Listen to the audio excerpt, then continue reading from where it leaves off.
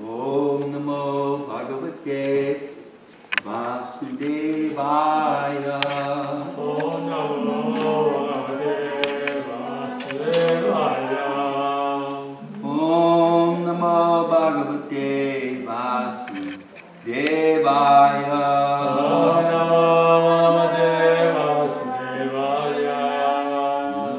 Narayanam Namaskritya Naram Chaiva Narottamam Devim Saraswatim Vyasam Sato Jayam Udiraye Mukam Groti Vachalam Pungam Lingayate Girim Yakripa Tamaham Vande Shri Guru Dinataranam Haramananda Madhavam Shri Chaitanya Ishwaram Srimad Bhagavatam, Canto 2, Chapter 10. Bhagavatam is the answer to all questions. Text number 25. Please repeat. Gatim Jigishata Pada Gatim Jigishata Pada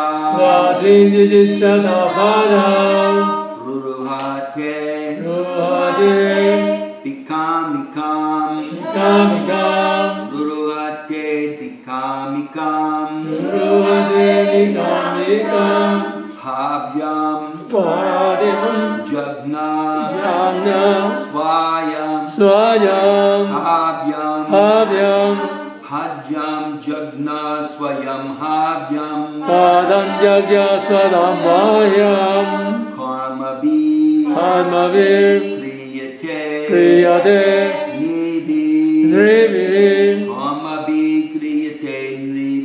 Karmavi Kriyate Nibi Gatyam Jigi Sitapada Ruruhate Vikamikam Ajam Jagna Swayam Havyam Karma Vikriyate Nibi Gatyam Jigi Sitapada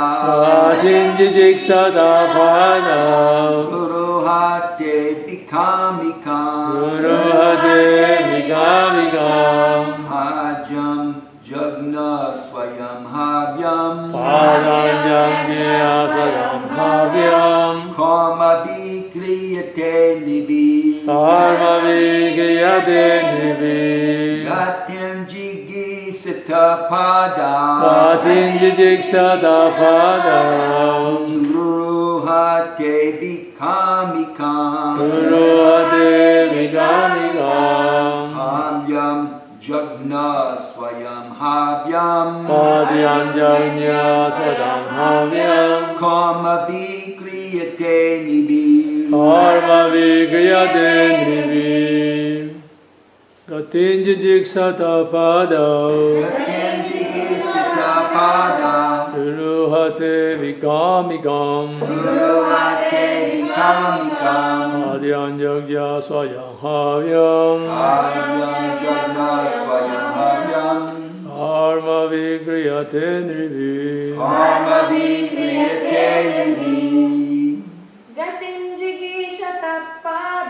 Gatinjik Satapada Ruruhate Vikamikam Adhyam Jagya Swayam Havyam Karma Vikriyate Nibi Gatinjik Yanji Satapada Guru Hade Vikamikam Padyam Jagya Swayam Havyam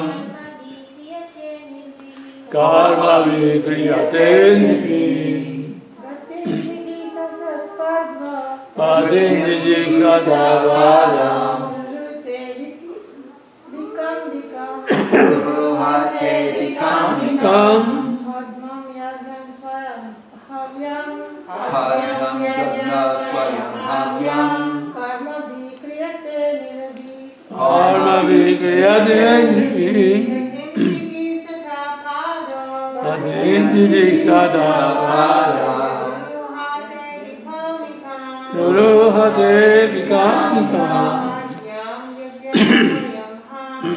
Padyam Jagya Swayam Swayam Havyam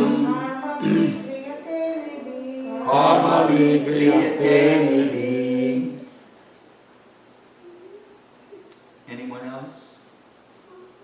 Okay, word for word.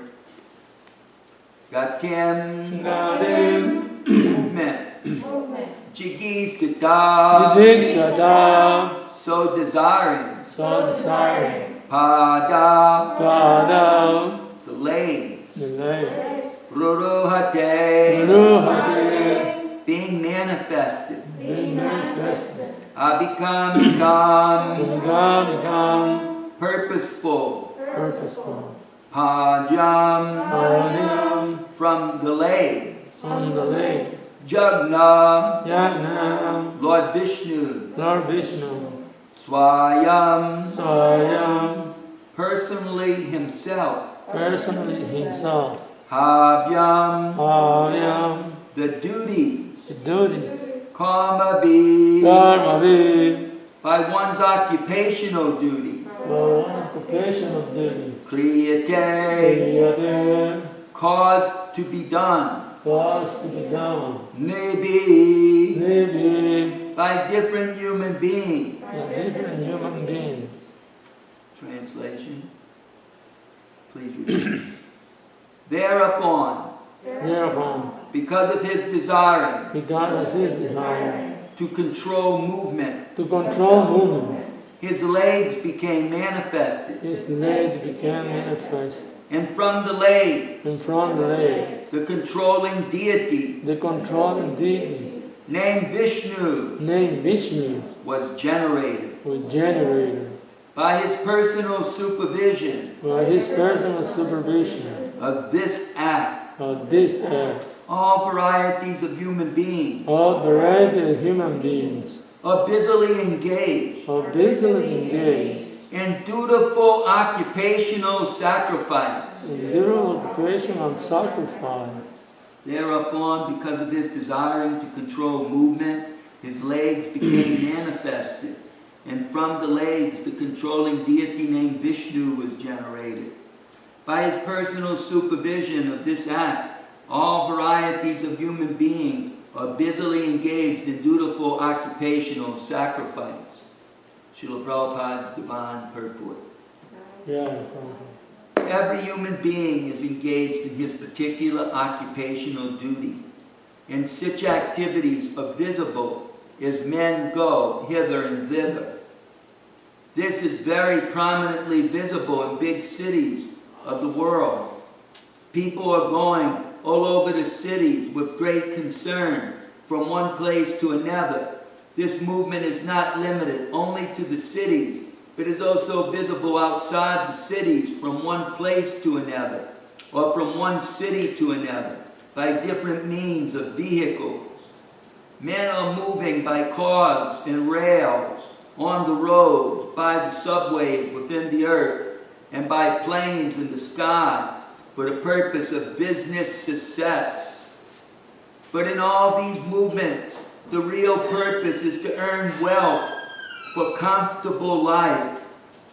For this comfortable life, the scientist is engaged, the artist is engaged, the engineer is engaged, the technician is engaged, all in different branches of human activity. but they do not know how to make the activities purposeful to fulfill the mission of human life. Because they do not know this secret, all their activities are targeted toward the goal of sense gratification without control, and therefore, by all this business, they are unknowingly entering into the deep regions of darkness. Because they have been captivated by the external energy of the Supreme Lord, they have completely forgotten the Supreme Lord Vishnu, and thus they have taken it for granted that this life is presently manifested under the conditions of material nature, is all in all, for enjoying the highest amount of sense gratification. But such a wrong conception of life cannot give anyone the desired peace of mind, and thus, in spite of all advancement in knowledge, by use of the resources of nature, no one is happy in this material civilization. The secret is that at every step they should try to execute sacrifices toward the path of world peace. The Bhagavad Gita, chapter 18, verses 45 and 46, also advises the same secret in the following verses. Sway sway kamani abhidata samsiddhim labate naraha swakama nidata siddhim yatta vindati tatstrinu yatta pravitya bhutanam yena sarvam idam tatam swakamanatam abhyachya siddhim vindati manavaha. The Lord said to Arjuna, just hear from me how one can attain the highest perfection of life simply by discharging his specific occupational duty. Men can attain the highest perfection of life by worshiping the Supreme Lord and by performing sacrifice for the sake of the Supreme Lord Vishnu, who is all-pervading and by whose control every living being acquires his desired facilities according to his personal propensity. Unquote. There is no harm in having different propensities in life, because every human being is proportionately independent to chalk out the plan of his life by different occupations. But one should make it a point in his life to know perfectly well that he is not independent absolutely. One is certainly under the control of the Supreme Lord and under different agencies. Knowing this, one should make it a point that by his work and the result of his labor, he serves the Supreme Lord, is prescribed by the authorities, expert in the transcendental loving service of the Supreme Lord Vishnu. For performing such occupational duties of life, the leg is the most important instrument of the body, because without the help of the legs, one cannot move from one place to another, and therefore the Lord has special control over the legs of all human beings. which are meant for performing jugnas. Thus ends the Bhaktivedanta purport to the 25th verse, 2nd chapter. Bhagavatam is the answer to all questions. 2nd canto, Srimad Bhagavatam, the cosmic manifestation. Srila Prabhupada ki Jai. Om Agnati Miladasya Gnanjana Shilakaya Kakshun Militam Yena Tasmai Shri Gurave Namaha. So again, Srila Prabhupada has so expertly written for the welfare of all of us meager human beings, especially in our day and time, when, as Prabhupada perfectly described, the whole world is under Lord Krishna's external energy, which consequently means we're in this illusion of trying to enjoy life in forgetfulness of Krishna, just trying to satisfy ourselves through our senses, through our mind and senses. So being born as a human being, as Krishna describes, I think in the 3rd chapter, we have a different propensity. He specifically labels 4 types of human beings, but within those 4 categories, there's very broad manifestation of different occupations, and human beings naturally take them up. It's not that one has to know Bhagavad Gita to have a calling or to have an occupation. Human beings naturally have occupations, different types of propensities. That's the nature of a human being. So we're using our propensity, but we're using our propensity just to try to enjoy ourselves. And it's generally extended to our family or a member of the family. And then, consequently, to the surrounding neighborhood, friends, relatives, community, and may progress out to the greater state and nation and planet, and maybe even to the whole universe. But without the knowledge and thought, without the recognition and attachment, and ultimately service to the Supreme Lord, all this is in vain, meaning that it's just meant for the pleasure of the body that I'm trying to derive pleasure from. You know, if the body's hurting, we go out of our way to make it not hurt. And we utilize this body to bring us pleasure, even in the form of some type of profit, even in the form of money, wealth, or property, or some sort of recognition, prestige in society, adoration from people. You know, so many people live for that. But all of it is in vain, because the self, our soul, is simply trying to derive pleasure in the material world without recognizing God, or the Supreme Lord, is the ultimate controller and owner of everything. And that our propensity in service is meant to serve Him first. He's supposed to be the boss. Just like we have that Murti of Krishna. What is he called? What's that Murti of Krishna in English? We say the boss.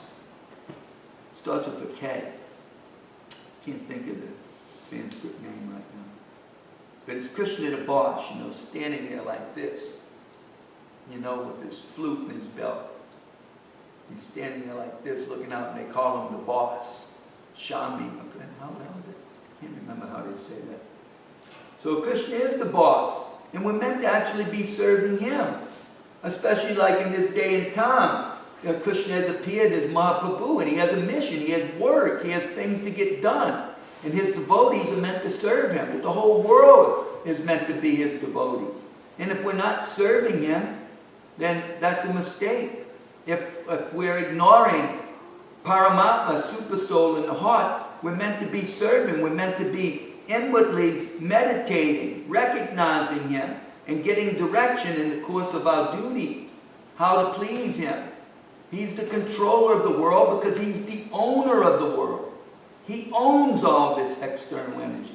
But foolish men are thinking that it's up for grabs, in the sense that you have some Europeans come to this part of the world, they grab it away from the people that were controlling it, different Native American tribes, and then they form a nation and they go around the world and they each try to dominate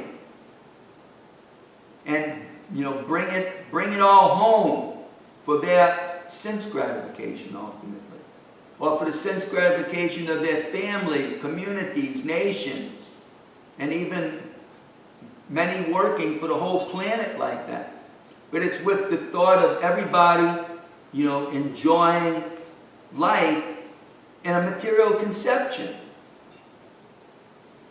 Although in many places they give a freedom of expression, of worship, because people naturally have this reverence for the Supreme Lord. They recognize that there must be the supreme controller there. They have been taught through different religious cultures that there is such a person, or such a force, however they think about him. But ultimately, this human life is taken as an opportunity to fulfill our capacity to enjoy, to have pleasure. And no one wants that taken away from them. But they're missing the secret. They can try, but as I was saying, it's all in vain. It will never really bring them the pleasure they want. They can have all the money they want. They can have all the power and prestige they want. All the followers they want. But they still will ultimately not be happy. Even if they seem like they're happy in this life, when it's all stripped away, and the very thing that we came into this world with, we leave with it. And that is nothing. We come with nothing, and we leave with nothing. And all of it's gone. So ultimately, one is destined for unhappiness. As we leave behind, if we accumulated everything that made us happy and we were full of happiness, then it becomes completely distasteful when we have to leave it all behind. So the real secret is to contact Krishna, because it always belonged to Him. And we recognize that. This is yours, Krishna. Thank you for giving me this opportunity to serve you. I'm a banker. I accumulate, people give me money to invest for them, to hold for them. I make a living like that by your grace. I am blessed to derive some profit for living nicely in this world. But I'm meant to give back to you. I hold people's money in trust. I don't lose it. I give it back to them with interest when they come for it. I manage it properly. And at the same time, with profits I've made, besides taking care of my family and nation, etc., I glorify you with it. I support your temple. I support your sankirtan. I support your work in this world. Whatever one may be, even if one's a humble brahmachari for life and doesn't own anything except what the Swami gives him, one still utilizes whatever capacity they have. I cook for Krishna. I clean for Krishna. I perform sankirtan for Krishna. I distribute my Gurudev's books. And they live such a life full of joy and pleasure. And they're given their bhajan kuti, their place to live. They're given their prasadam to eat. They're given their clothes to wear. And they derive happiness and a joyful life of simply hearing and chanting about Krishna. So everyone, no matter who it is, even a president of a country, if he is a devotee, he tries to lead his citizens not just sense gratification. He doesn't try to provide just for the pleasures of this world by giving them a good health system, a good economy where they can all have a roof over their head and ample food and education for their children. But he also wants them all to be devotees, to go back home to Godhead, so life is not traumatized at the time of death. But everyone, it becomes a celebration. My father has went back to Godhead. How wonderful. So this is, the real, how life is really meant to be going on in human society as devotees. But that is it's just swept under the rug of religion. Everyone has their right to practice some religion. But it is, in the public eye, it's whoever has the most money to dominate the airwaves, to advertise whatever they like. To get a political office or to sell something. And so therefore, consequently, we're in a fight with Kali. Because Kali is just selling everybody illicit sex, gambling, meat eating, intoxication. Go to this casino. And enjoy gaming, and have adult pleasure. They even license things that are documented that are unhealthy, such as cigarettes. As an adult, you can buy it. Just smoke it where it doesn't bother anybody else.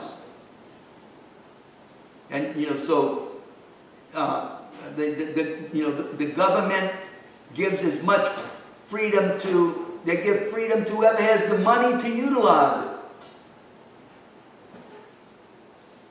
And unfortunately, most of that money is in the hands of Kali Chablins, if I'm pronouncing it right. Those who are the agents of Kali. And very little is in the hands of the Sankirtan movement. But whatever is in the hands of the Sankirtan movement, we're using it to glorify Guru and Krishna. Such as Ambarish Ford, building the temple of Vedic planetarium. Such as the devotees working hard here. We take our measly money and put it together to get $22,500 so we can buy a 100 horsepower tractor, used, but in good condition, with a cab, so that the devotees who have to constantly drive in the heat of the sun and the cold of the winter can have some heating and air conditioning, because they've worn themselves out over the past 20, 30 years just driving in the elements.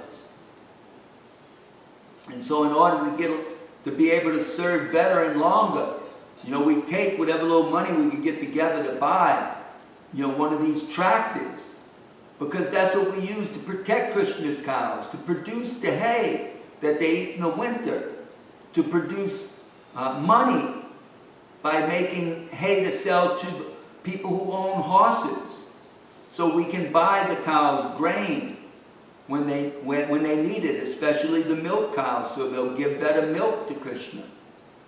So we can call the vet, so we can fertilize the field. So we can put up fences to keep them in. Otherwise, the government will take them away if we can't keep them behind a fence. And they get into the road and cause traffic accidents. So the point is that whatever we have, we need to utilize for Krishna's Sankirtan movement.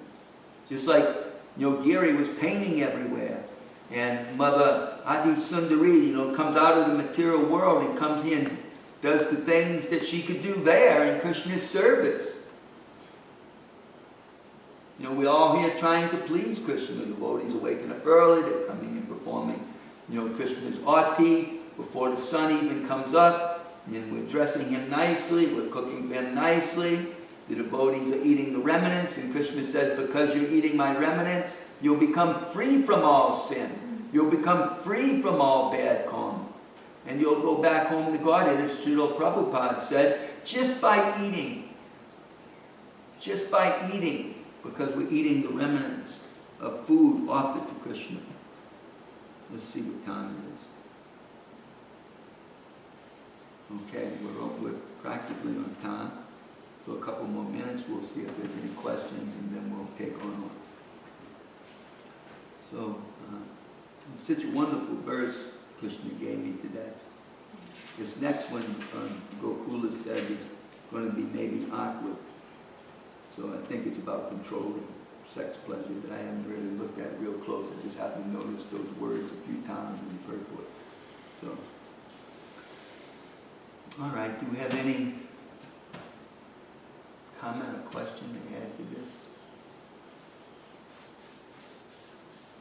It's our dharma. You know, everybody has their dharma. We can't escape it.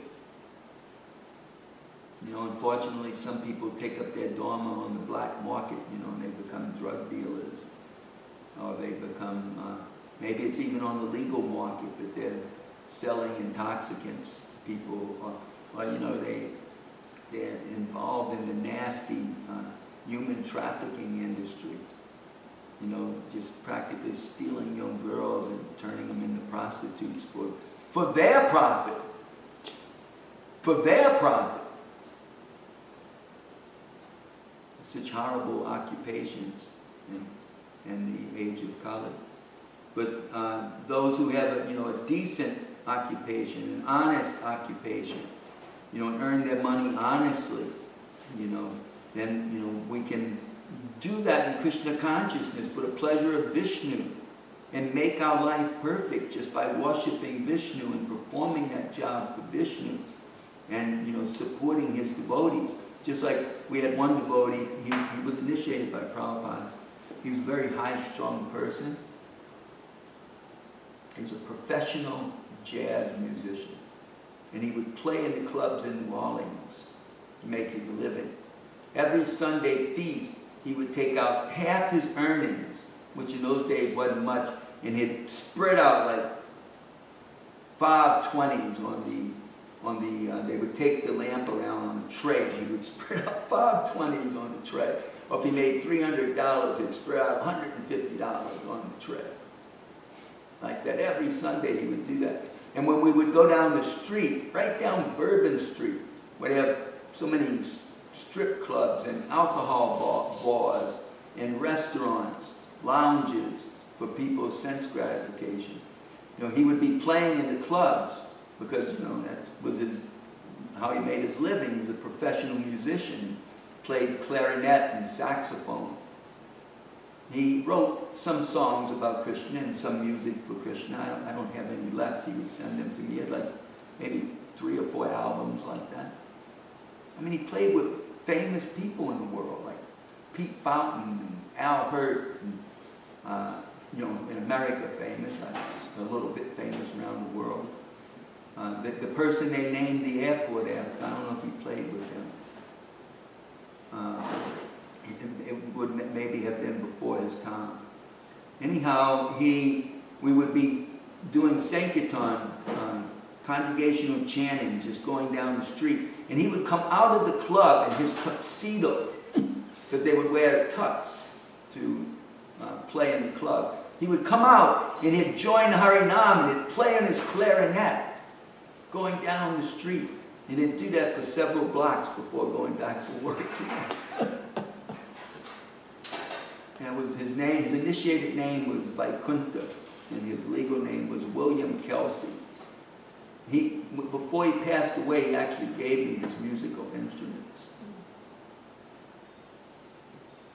He had a professional keyboard, a Roland, and he gave me this Roland keyboard, and I ended up giving it to Bia Krishna Maharaj. It had to be repaired some, and he fixed it. I had 2 saxophones, and one I gave to that devotee Raghunath, who was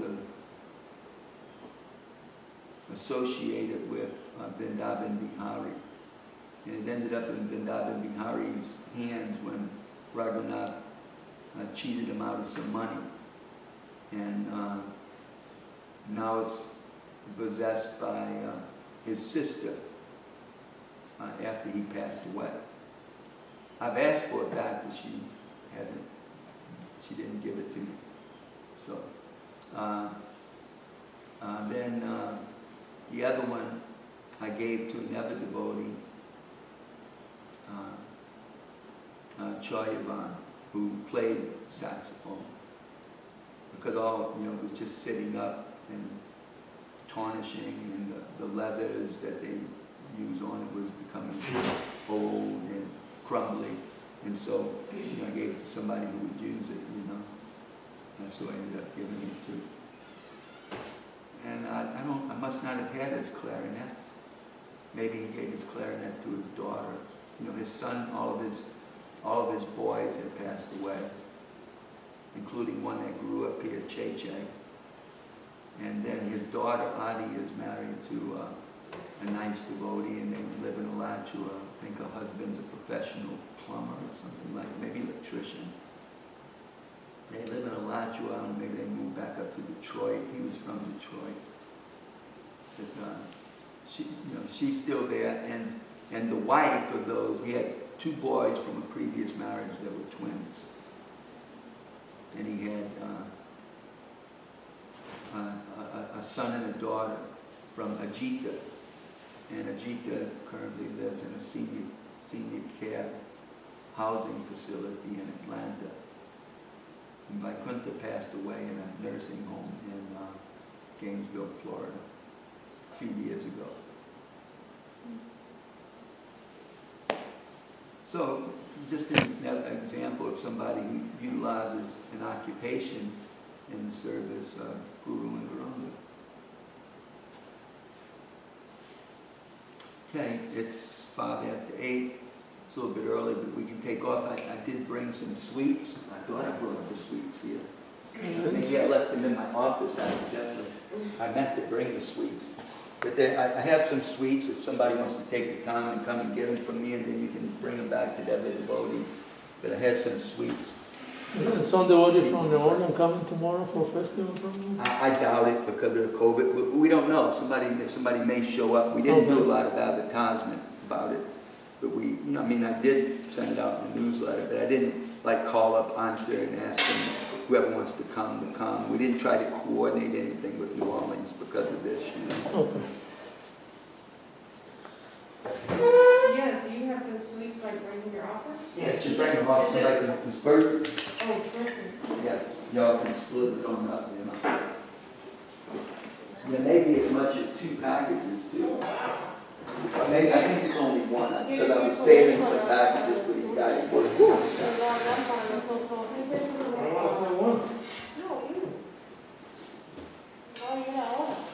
I want to do 1 or 2, maybe. So bring them here and then we'll distribute them. Yeah.